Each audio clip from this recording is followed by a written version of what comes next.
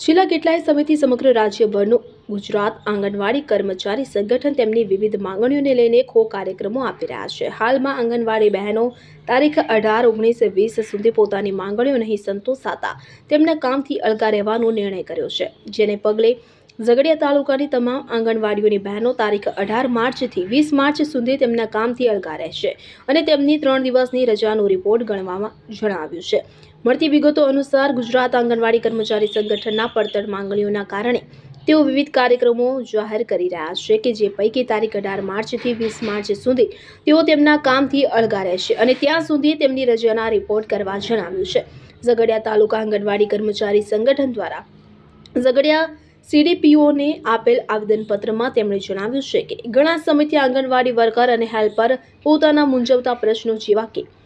કેન્દ્ર સરકારે 2018 પછી ગુજરાત સરકારે 2022 પછી આંગણવાડી વર્કર તથા પગાર વધારો કરેલો હોય, લઘુમતી વેતન જેટલો અને ગુજરાત હાઈકોર્ટના આદેશ મુજબનો વેતન ધારો વધારો કરવો, ડિજિટલ કામગીરી માટે 2022માં આપેલ વચન મુજબ તાત્કાલિક અસરથી નવા મોબાઈલ આપવા, નિવૃત્તિ મર્યાદા તમામ રાજ્યોની જેમ 60 કરવા, એક વખત જિલ્લા તાલુકા તથા વોર્ડ ફેરની બદલી માટેની તક આપવા, AVT એપ્લિકેશન તથા FRS તાકીદે બંધ કરવામાં આવે,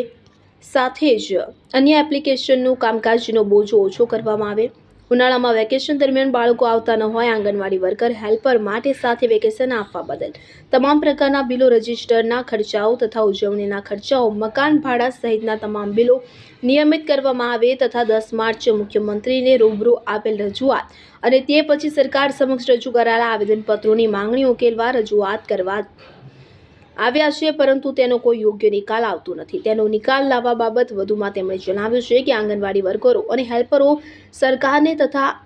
આપના તમામ કાર્યક્રમમાં સહકાર આપતા આવ્યા છે। સરકાર સમક્ષ અનેક વખત રજૂઆત કરવામાં આવી છે અને આજે પણ અમારી માંગણીઓ બાબતે સરકાર તાત્કાલિક બેઠક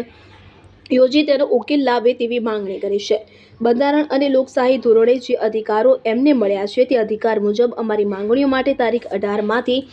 20 માર્ચ સુધી રજા રિપોર્ટ ગણવા તથા આજ મુજબ કામથી અળગા રહેશું તે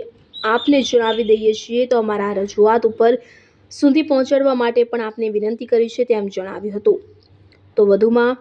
તેઓએ કહ્યું હતું કે અમારી આ વ્યાજબી અને ન્યાય માંગણીઓ બાબતે કોઈપણ પ્રકારનું અન્યાય દબાણ ન કરવા માટે તથા ઉશ્કેરાટ ન ફેલાય તેવું કોઈપણ પગલું ન ભરાય માટે પણ વિનંતી કરીએ છીએ। તેમણે તેમના આવેદનપત્રમાં આ તમામ બાબતોનો ઉલ્લેખ કરેલ છે।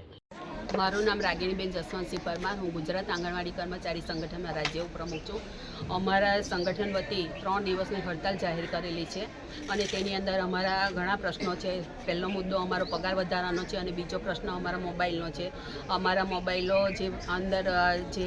ICDSની એપ્લિકેશનો જે ડાઉનલોડ કરાવે છે એમાં 6 થી 7 એમાં અમારા ફોન હેંગ થઈ ગયેલા છે અને બેનો બીજું કે પગાર વધારો કરતા નથી અને જે લાભાર્થીઓના જે ભાવ વધારો છે એ ભાવ વધારો પણ આજે 2018 પછી થયો નથી। એટલે અમારા ઘણા પડતર પ્રશ્નોને લઈને અમે 3 દિવસની હડતાલ કરી છે અને સરકાર હજુ પણ અમારું જો ના સાંભળે તો અમે અચોક્કસ મુદ્દતની હડતાલ પર જઈશું।